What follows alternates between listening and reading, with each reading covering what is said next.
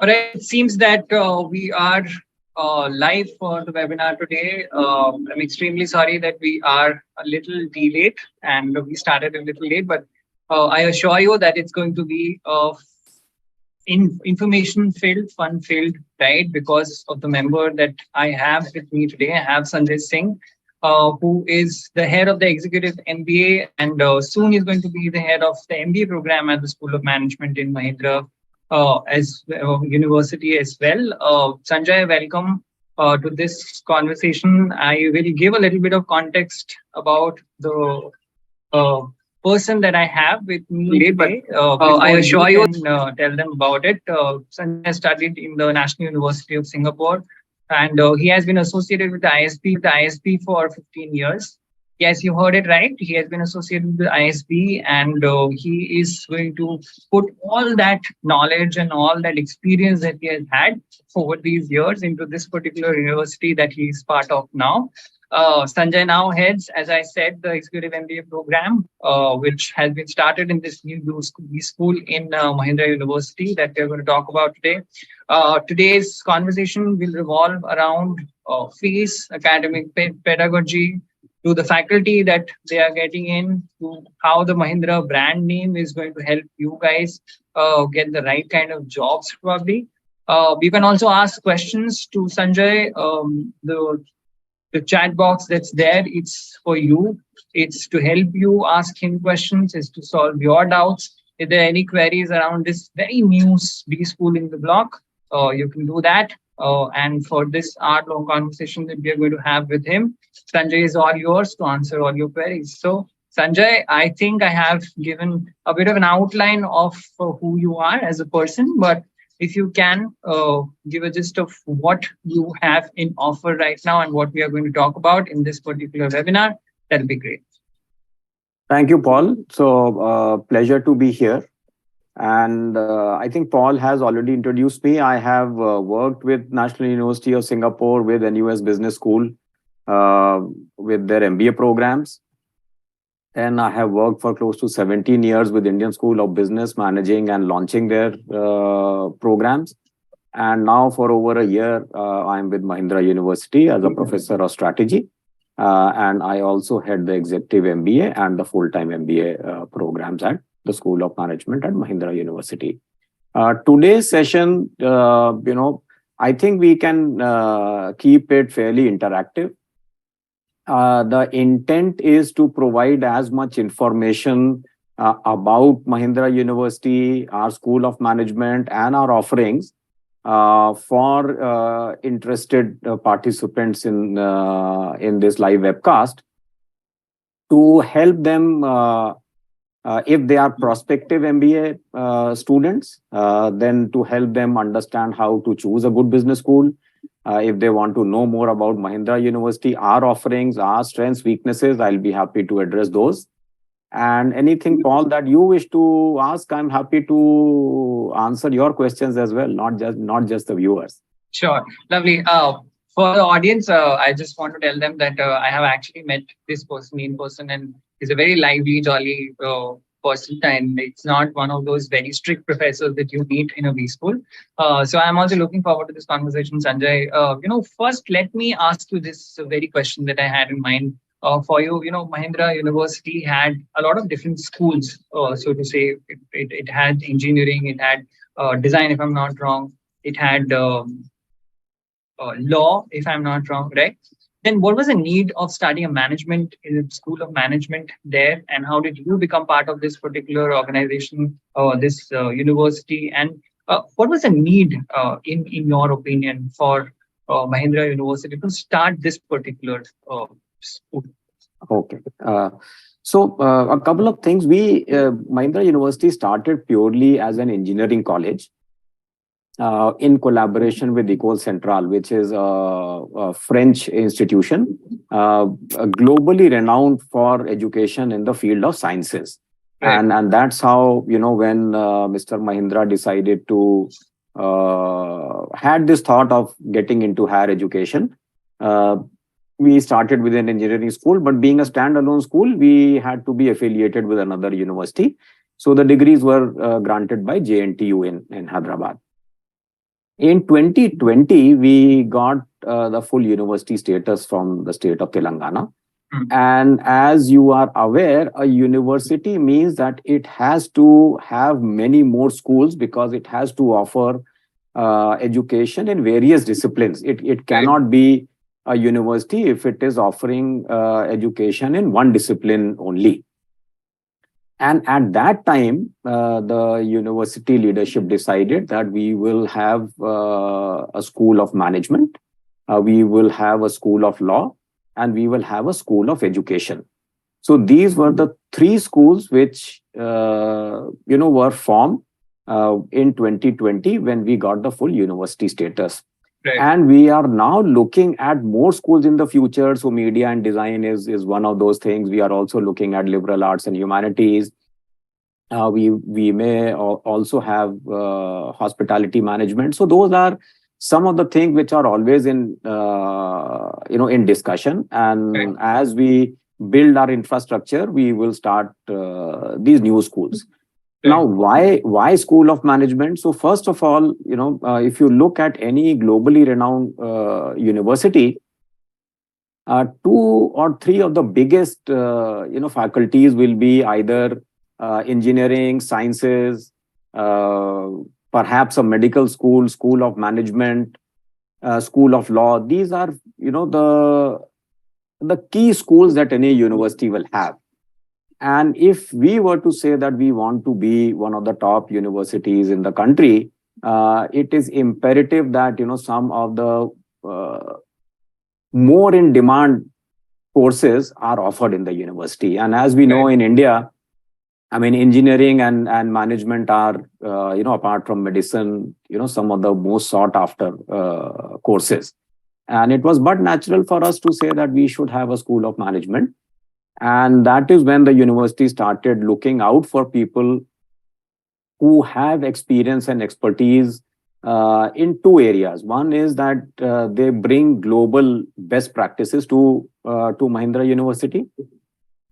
And the second thing was that they also have a background in building new schools and new programs. Okay. And that is how, the university first reached out to our current dean, Professor Velamuri, for whom it is his first job in India, actually. So he's worked with, 2 of the top 10 business schools in the world before he came here as the dean. I have myself worked with, 2 of the other top business schools, National University of Singapore and ISB. And I have a history of designing and launching new programs. And more kind of, I enjoy an entrepreneurial setup and building brands. So I think that is how, people like the dean, I was got in, and a few other senior faculty with extensive, experience internationally were hired to build and establish the School of Management. Lovely. Sanjay, from the Indian context, we have always seen the B schools are always these standalone institutes that we give prominence to, right? The IIMs of the world, the FMS of the world, the XRIs of the world, they're all standalone B schools that are known for the curriculum that they create. Not many universities, in my opinion, from India have come to the forefront saying that we give the best School of Management education to them, right? In your opinion, how is that going to work in your favor or against in this particular university that you are planning to build a School of Management in? Okay. I think an excellent question. And, just to share with you, I was in a webinar hosted by AACSB, a small roundtable a week back. And we had Professor Pankaj Chandra, who is the Vice Chancellor of Ahmedabad University, and he is the ex-director of IIM Bangalore. He was leading that particular discussion. And he made that statement. And I think, all of us in the webinar completely agreed with that. And he said that, earlier we had these standalone business schools which had come up. For a variety of reasons, I don't think we have time to go into why they came up in the manner they came up. and they have done really extremely well for themselves, right? So they have established business education in the country, and I think we should all be proud of some of these standalone institutions. Having said that, if you look at what's happening in the future of work, it is becoming more and more complex. Organizations are now looking at employees who have a breadth of knowledge in a lot of areas, and that is where university-based business schools actually have an edge.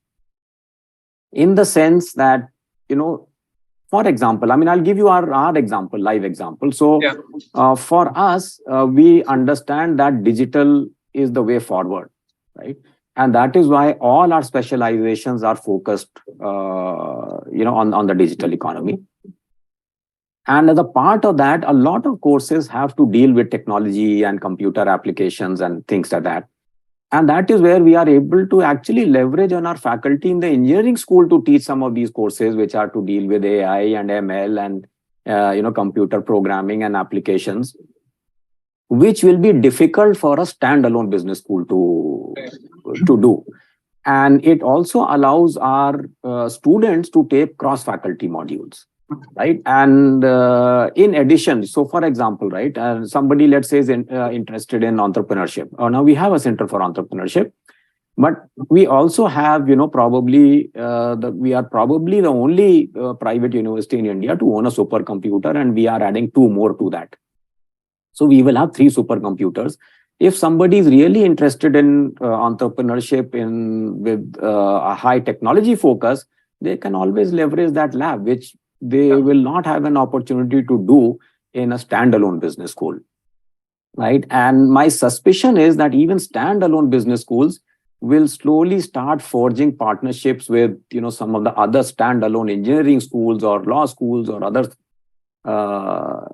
schools to be able to leverage that, because this is going to be a key skill in demand by industry. Lovely. When we were conceptualizing this particular webinar as to what we should name this webinar, we named it as 10 things students should know before they get into a newbie school, right? Let's help these students. We will talk about these 10 things probably during the course of this webinar, but what are some of the key factors? Beyond which you should never make that decision of getting into a B school, right? What are some of these key factors a student should keep in mind while they are making that selection of their preferred B Sure. school? So I don't know whether it will be 10, less than 10, perhaps maybe more than 10, but I will try to keep it to the most important things which I would have looked at if I were choosing a business school for myself, if I wanted to do an MBA program. And I am not going to start with the graduating salaries, because that is a natural outcome of the other factors. It is not what defines the school, and I'm not saying one should not look at it. Yeah. But there are other underlying factors which will determine the outgoing salaries. So one of the things that I would look at, I always say, one is the brand of the school, right? Because if you go to a strong brand, then naturally when you are applying for jobs, and I'm not just talking of campus placements, but campus placement will only happen once in your lifetime, right? After that, any job change, you will have to do on your own. Yeah. And that is when, if your resume carries a stronger brand name on it, the chances of initial shortlisting are higher, right? It is not a guarantee of a job, but compared to some of the others, the likelihood that your resume will be shortlisted for a personal discussion is higher. So it is extremely important to look at the brand, in my opinion. The second thing, which is of extreme importance, is the quality of education. Now, quality of education can be further subdivided into perhaps three areas. One is the quality of faculty, because if the faculty themselves are well trained and experienced, they will be able to disseminate knowledge in a manner which is easily understood by our students. And once the concepts of the students are clear, they will be able to leverage those concepts in their workplace as well. So it is extremely important for prospective students to go to the university website, look at the profile of faculty members, where did they do their PhD from, are they research active or not, what kind of experience have they had. Those are important factors when one is researching a program. Then the second thing is, what is the quality of curriculum? Is it current? Is it relevant? Or is it an outdated copy-paste job from some of the other schools? Right? Now, obviously, there will be some courses which you will find everywhere. So that's not the focus. The question is the university or the school abreast of what is happening in the world, and is their curriculum aligned to that? Okay. Then there is a question of the pedagogical techniques which are used. There are some techniques which, in my opinion, are clearly better in terms of business education than they would be in other areas. And one of them is the case study method. Now, I could be wrong here, and there may be many schools which claim to do it, but I think there are not more than 5-6 business schools in India which really rely on the case study method of teaching. Okay.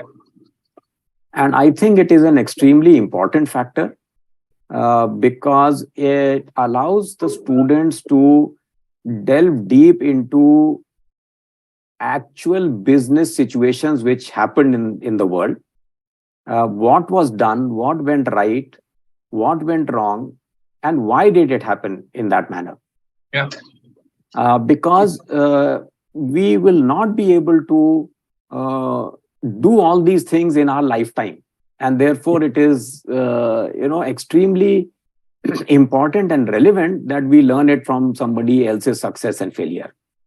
But for Sanjay, if it's a new B school, it's very difficult to understand these things that you are mentioning, whether these things will be part of the curriculum, whether these things will actually transpire into their learning experiences in the next 2 years. Yeah. So Paul, for the time being, I'm not even talking of Mahindra University. No, that's completely fine. Huh? So I will answer your question, but let me complete. Sure. Because I'm sure that everybody attending this session, not everybody is suddenly going to apply to Mahindra University. But my intent was not to convert people to Mahindra University. Well, if I'm able to, it's even better. That's a plus. But I think if they are able to figure out for themselves after this session that there is something good I learned and it helped me choose a good business school, I think the purpose of this webinar for you and for me will be better fulfilled. So one is pedagogy. And the last part, which also determines the quality of learning, is your peers in the class. And that to some extent is determined by how strict the school is with admissions. Right? So the stricter the school, it means the better will be the quality of classmates that one will have in that. So that is in terms of quality of education. And the last part is actually where placements come in, right? So how aligned is the school to offer the full suite of career services that a typical B school would offer? What is the quality of staff that will deliver career services? So those are other important factors that I think prospects should look out for. Right. And like I said, if all these things fall into place, your graduation, the salaries upon graduation will automatically be good. Right. So, and that's why I'm saying if one starts focusing only on, what are the campus placements like, then I think somewhere they may lose out on some of the other important aspects. Now, coming to your question about, how does one look at some of these things for new institution? So I think extremely important, and I think this will be something that a lot of young minds will be worried about, right? And what I can say is that, and I'll give an analogy, right? So the brand is basically a factor of trust. Brands are built when the consumers display a certain element of trust in that brand. And let's say, everybody knows, that today Toyota is known to be one of the most reliable, brands, right? Similarly, if you look at electronics, you can say Samsung, LG, Sony. These are, very reliable brands. And because of the element of trust, if they have a new offering, rarely will people say that, well, should I look at this? Can I trust that this will be of good quality or not? Right? So typically you believe in that brand and you say that this brand is today what it is because it has delivered on the trust of its consumers. Right. And that is where, there are some business schools which have been promoted by extremely trustworthy business leaders or business houses, right? So their element of trust comes from there, that if these people are behind this institution, then they will definitely live up to their trust. They are not going to shortchange people, right? So for us, now we have 100-acre campus, right? As you can imagine, it requires a lot of investment for land as well as the buildings which will come up and the soft infrastructure which will come up within that, right? So that should give people enough confidence to say that, when I am choosing a university like Mahindra University, I can be assured that, this is not, as a university which is started with an intent just to be there, one of those 4,000 universities, right? Right. So I think that is an extremely important thing. Now, in terms of, what could be some of the other things. So, for example, last year we started our Executive MBA program. If people want, they can always reach out to the students without us in between, and they can talk to them and figure out what has been their experience, right? Do we employ the case study method or not? Are we just speaking about it, or actually we do that in the classroom, right? Yeah. They can always, of course, reach out to Harvard themselves, because we have a formal tie-up with Harvard, and they can ask them that, do you have a formal tie-up with the School of Management, Mahindra University? Are they using your case studies or not? So not just case studies, we also use simulations, that come from some of the reputed organizations like Harvard. So we have a formal association with Harvard where we are using their case studies for our Executive MBA as well as for our BBA programs. And we have this tie-up for the MBA program as well. So, I mean, everything is transparent. If you ask, you will get to know. Right? Sure. So there is, and if a school is trying to hide something, then I think people are smart enough to figure out that somebody is trying to hide something. Yeah. Absolutely. Okay, Sanjay, my next question is, every B school wants to be global and wants to be pegged as a global institute, right? What exactly makes a B school global? Are these kind of, ambitions that you also have? Because you, as you mentioned earlier as well, you have been part of one of the best institutes in the world as well, right? And I'm talking about ISB and NUS both. How important do you think that global outlook for a B school is?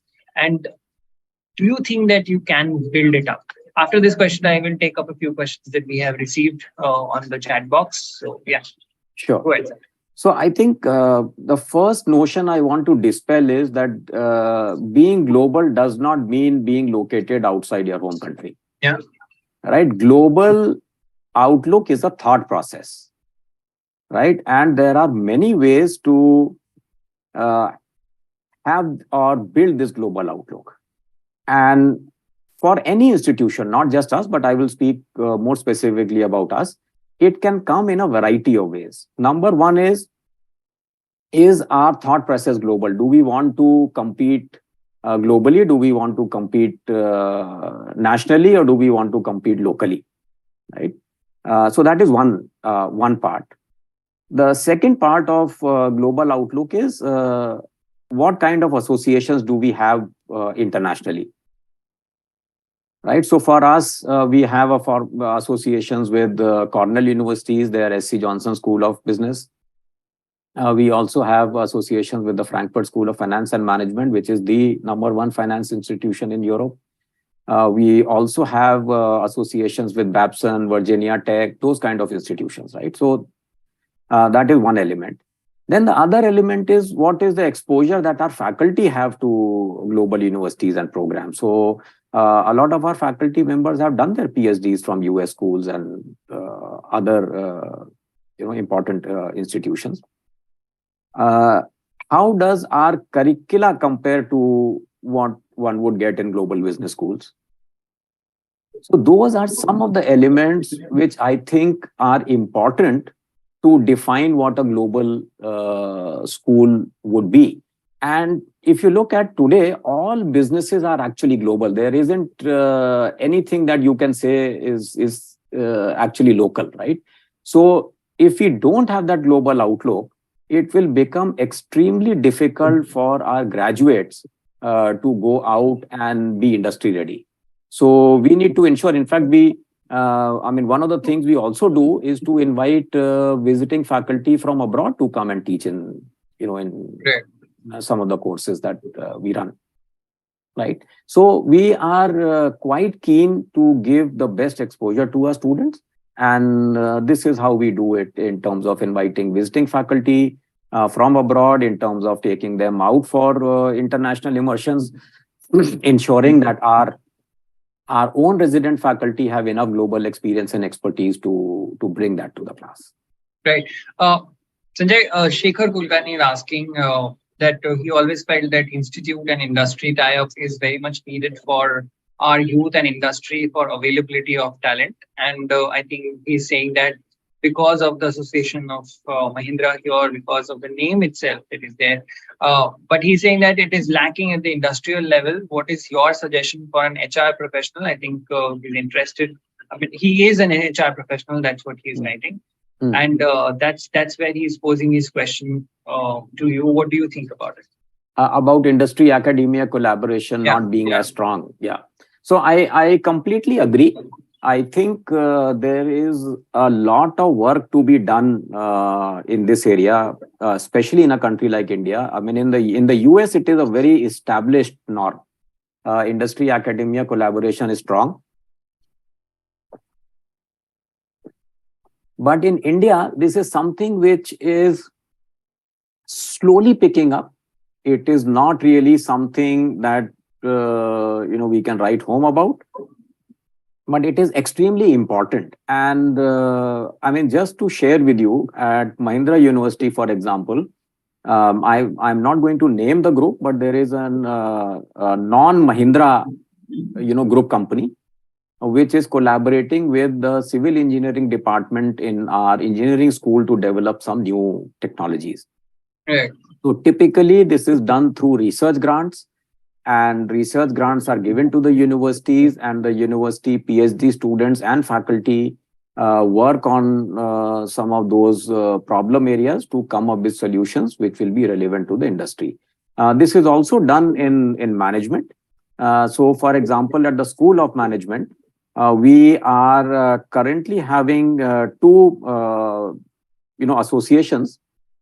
One, we have set up a digital lab with industry collaboration, which is looking at how will the consumers use metaverse to make purchase decisions. For example, This is a live project we are working on, and this is something which is being experimented on the ground with actual customers.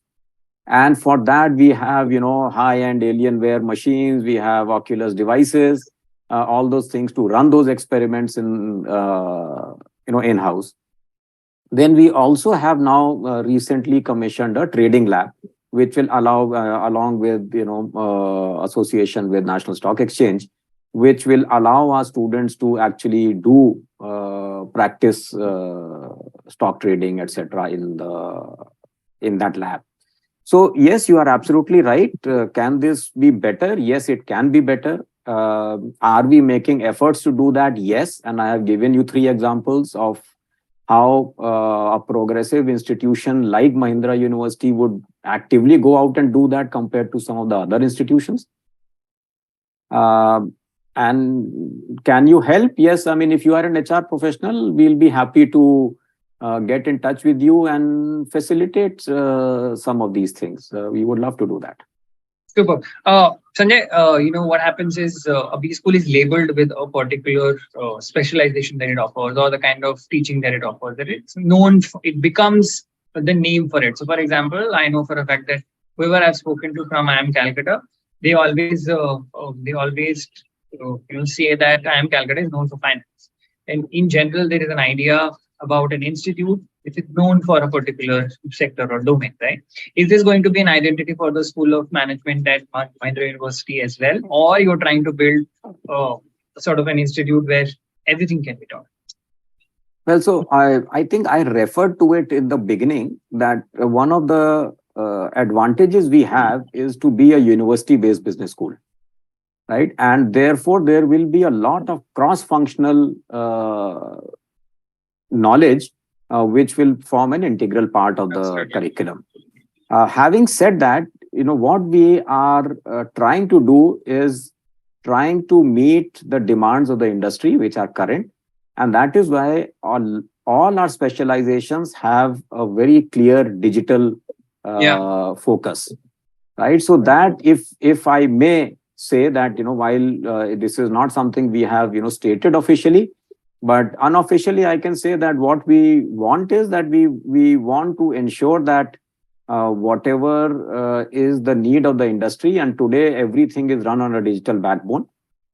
And as often, I've been saying, even if you go to a brick and mortar store, if you are going and buying a pair of shoes for yourself, from a mall, their entire backend is run digitally. Their marketing is digital, their supply chain is digital. They use a lot of business analytics for decision making. So apart from that physical store, everything else is run digitally, and that is what they want their employees to have, to understand the digital world and to be able to leverage that for better decision making in the interest of the organization. So yeah, in some sense, maybe perhaps that would be our USP. Right.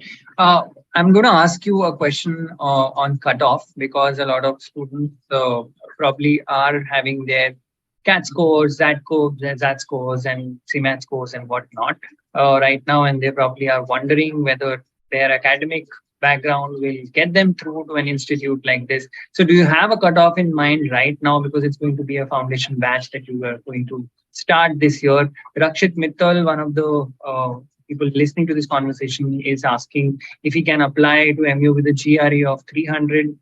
So these are some questions, if you can solve for, if you can answer them, about what are the kind of examination scores that you are taking. Is there a cutoff that you have set, or is it going to be a very academic heavy selection that you're going to do?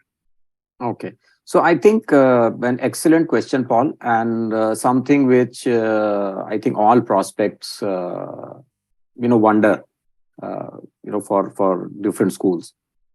For us, I can say that we don't have a defined cutoff.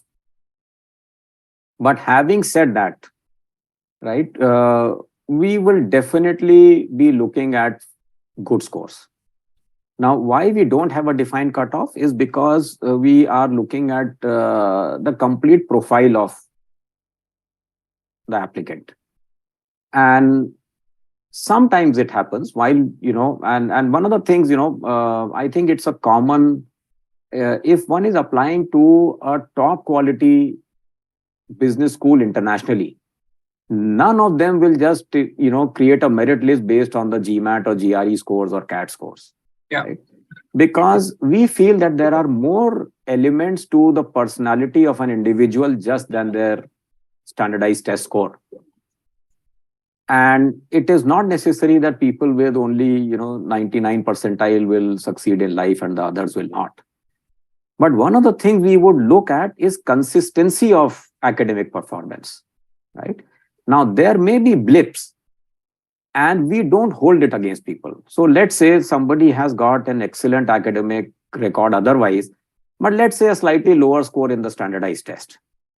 That doesn't mean we will reject that candidate. We will want to speak to them. Perhaps they were not well on that day, right? And we should not hold it against them. Similarly, they may have good standardized test scores, but maybe in class 10th or 12th, they did not do well in one of those examinations, right?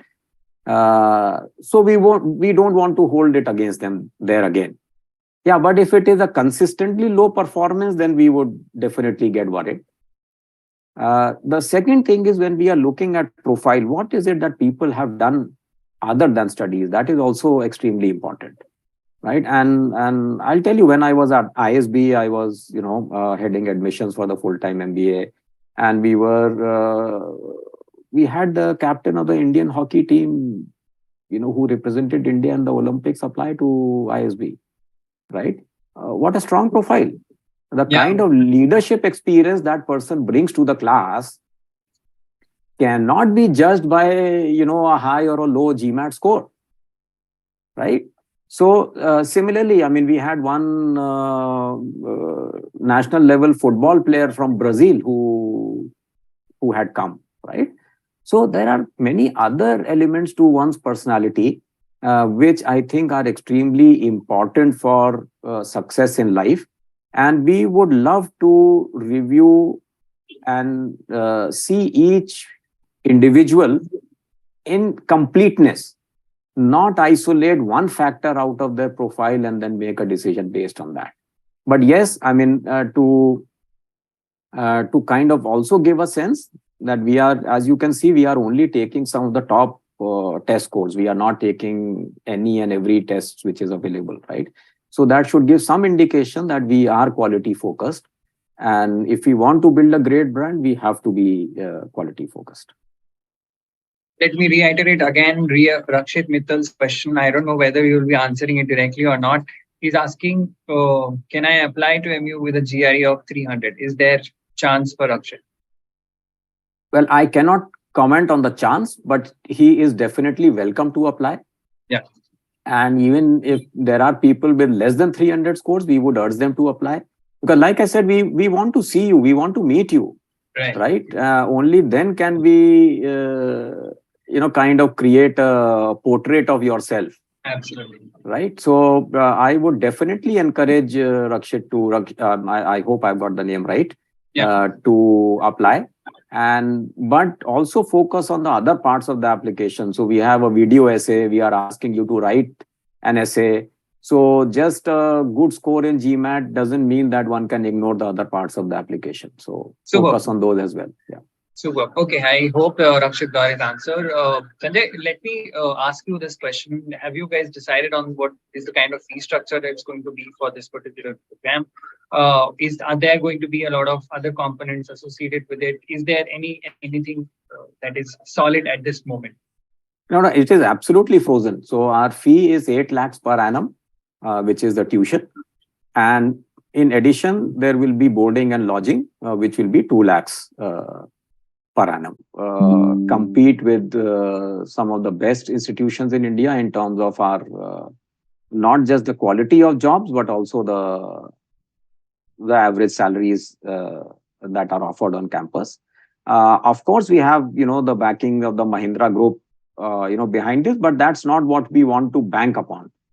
We want to offer students a wide variety of roles and organizations. And we don't want to anyway convey that, their placement options are limited to Mahindra Group companies.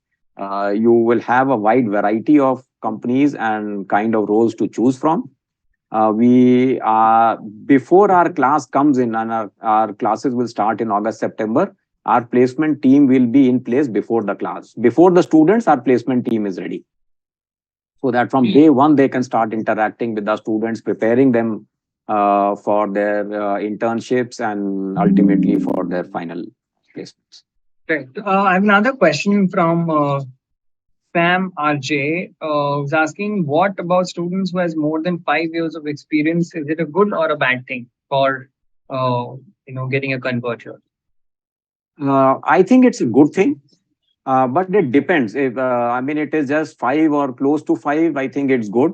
But if it is more than 10, 15 years, I would not recommend a full-time MBA program.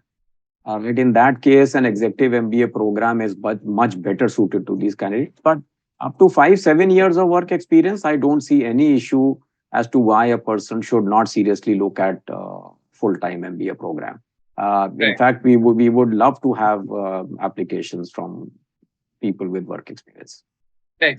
Uh, let's talk about faculties now. Sanjay, what is the plan? I mean, we have spoken about this earlier as well when I went to the institute, and I met the dean as well, and we spoke in detail about the faculty members, what kind of things that you have in mind. For people who don't know about what I'm speaking, there's a video that is there on Mahindra University on our channel. You guys can go and have a look at that as well.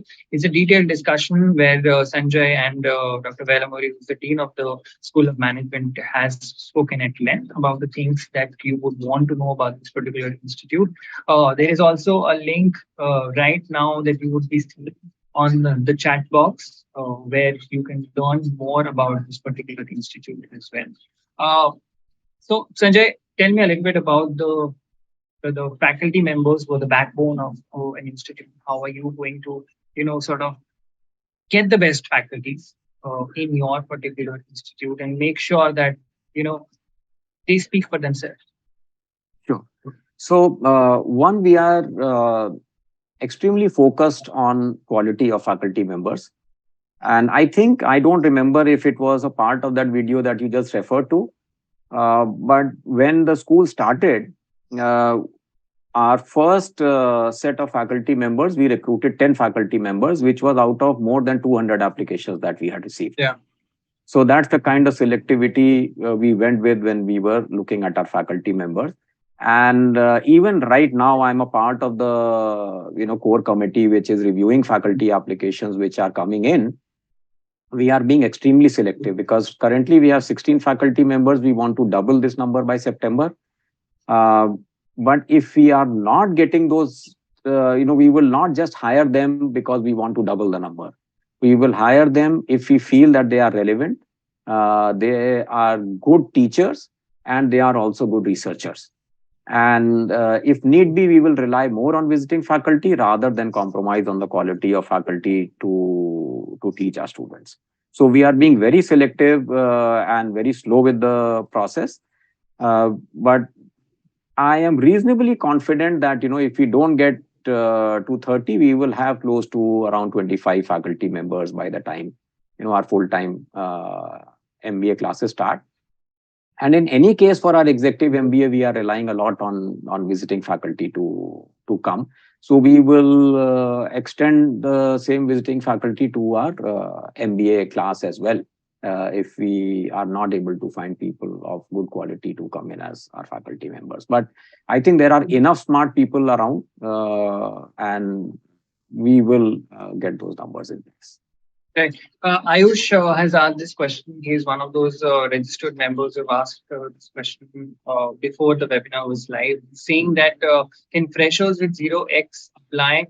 And will it be like any other new B school that we are seeing right now that are Uh, so yes, as an absolute fresher, you can apply, but I'm not too sure if I got the understood, if I really understood the question that are we going to be like the other new schools? In what sense? If you can, type it out for Paul, I will be happy to address that. right? So I hope that Ayush is listening to this conversation because he was one of the earlier members who was registered for this particular webinar. If Ayush is looking at it, definitely put your thoughts in the comments and we can send this question to Sanjay later on. I have another question for Shubhadeep Ghosh. He's asking about the career and research opportunities at this particular institute or university. If he wants to further study, what are the kind of career opportunities that you are envisioning or expecting, or is there a research opportunity later on? So these are two different things in my opinion. So I think perhaps I can have a deeper conversation if the gentleman is interested to speak offline. He can reach out to me through our website. But career options, we have spoken about this, Paul, a while back, that we are extremely focused Yeah. on providing good career options for our graduates. That is still 2 years, 2.5 years from now. So we have enough time to get excellent jobs to campus, and we will ensure that you have a great career in the field that you choose to work in. Now, Right. research is completely different, right? So, if you want to go into research, I'm not too sure if an MBA program is the right program for you. And also, it depends on what kind of research. So, if you are looking at doing research in the field of management or business, then perhaps a PhD program is more suited for you, because that is a PhD program is actually meant to create researchers. I mean, teaching is an outcome of that, but they are not meant to be teachers. They are actually meant to be researchers. So if that is something you want to do, then I would highly recommend looking at a PhD program. Incidentally, we have a PhD program as well. Admissions are open. But with us or elsewhere, I think you should definitely look at a PhD program. Right. Neeta has asked a very pointed question. She's asking, which are the things we learned from your university? I mean, if you have to put it in bullet points, what would be your answer to this question? I don't think I would want to put it in bullet points. I would just give one phrase. The one thing that you will learn out of our MBA program is how do you think logically and in a structured manner, right? And of course, there will be many tools we provide, right?